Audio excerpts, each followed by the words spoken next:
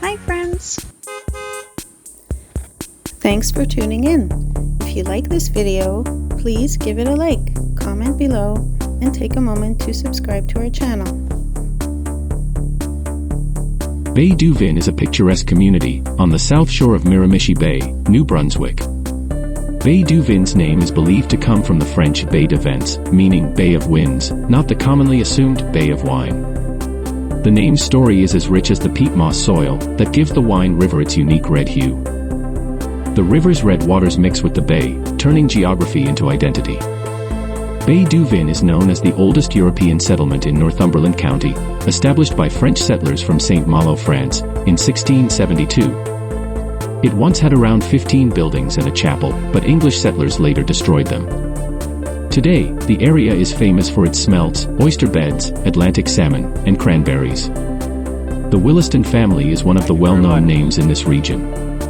A stone colonial house built by lumberman Luther Williston still stands, adding a touch of history to this charming community. Thank you for joining us in discovering the beauty and history of Bay du Vin.